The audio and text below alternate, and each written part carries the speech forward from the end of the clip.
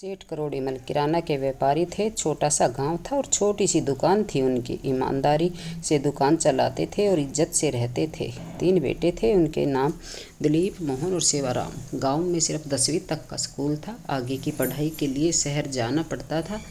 दिलीप और मोहन ने 10वीं तक की पढ़ाई की। उनके पढ़ाई में रुचि नहीं थी। 10वीं तक भी तिगड़म लगाकर ही पास हुए थे। सेठ करोड़ीमल जी को भी अपनी दुकान में मदद की ज़रूरत थी, अतः उन्होंने उनकी आगे की पढ़ाई में ज़्यादा रुचि नहीं दिखाई। हालांकि उनकी माँ बिमला जी चाहती थी कि वे पढ़ लिख कर अच्छी नौकरी करें। दोनों करोड़ीमल की दुकान में उनके साथ काम करने लगे। समय बदला, अब दुकान बड़ी हो गई थी, मुनाफा भी बहुत हो रहा था। दोनों बच्चे रात को भी दुकान में काम करते। करोड़ीमल जी उनके भरोसे दुकान छोड़कर शाम की 8 बजे तक घर आ जाते थे। सब बहुत खुश थे। अब गांव में उनकी धनवान लोगों में गिनती होने लगी थी। करोड़ीमल अपने बेटे की काबिलियत पर फूले नहीं समा रहे थे। तीसरा बेटा सेवाराम इन दोनों से एकदम अलग था।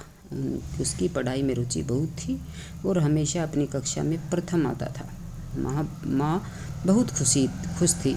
वह आगे की पढ़ाई के लिए शहर चला गया। उसकी पढ़ाई के लिए पैसे भेजने पड़ते थे तो करोड़ीमल के बेटों को बहुत अखरता था। वे हमेशा कहते थे, पापा, सेवाराम शहर में बहुत पता नहीं क्या गुलछर्रे उड़ा रहा है। देखना, किसी दिन आपका नाम डुबो कर रखेगा। माँ हमेशा कहती है कि वह पढ़ाई कर रहा है। उसके रहने, खाने, कॉपी, किताब, फीसों में पैसा लगता होगा। तुम तो पढ़े नहीं थे जो तुम्हें पता चले। देखना, वह पढ़ लिख कर बहुत कुछ बन जाएगा तो अपने परिवार का नाम रोशन करेगा। मगर दिलीप और मोहन को उसके लिए पैसे भेजना रास नहीं आ रहा था। वे अपने पिता के हमेशा कान भरते थे कि पापा, देखना, शहर की हवा लगेगी और वे हमारे परिवार का नाम डुबो कर रख देगा।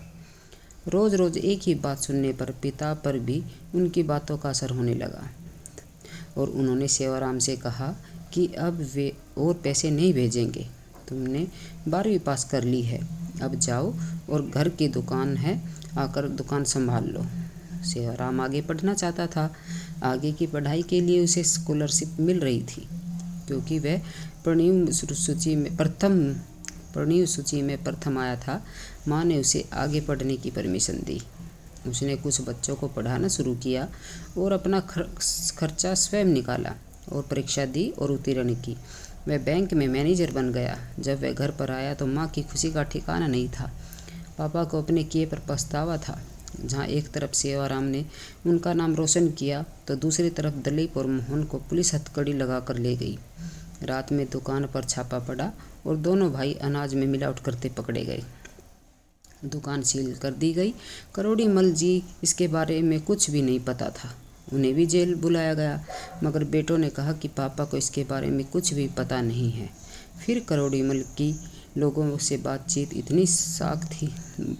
के बीच इतनी साख थी कि उन्हें छोड़ दिया गया। करोड़ीमल को इस बात का बहुत सदमा लगा और उन्होंने बिस्तर पकड़ लिया। वे बस यही कह रहे थे कि जिन बेटों पर मैंने इतना भरोसा किया, उन्होंने मेरा नाम डुबो दिया। बुढ़ापे में मुझे इतना बड़ा झटका दिया कि मैं किसी को मुंह दिखाने लायक नहीं छोड़ा और कुछ समय बाद इस दुनिया को अलविदा बोलकर चले गए। तो दोस्तों, ये थी छोटी सी कहानी। आपको कैसी लगी कमेंट करके ज़रूर बताएं। तो मिलते हैं अगली कहानी में, तब तक के लिए जय माता दी।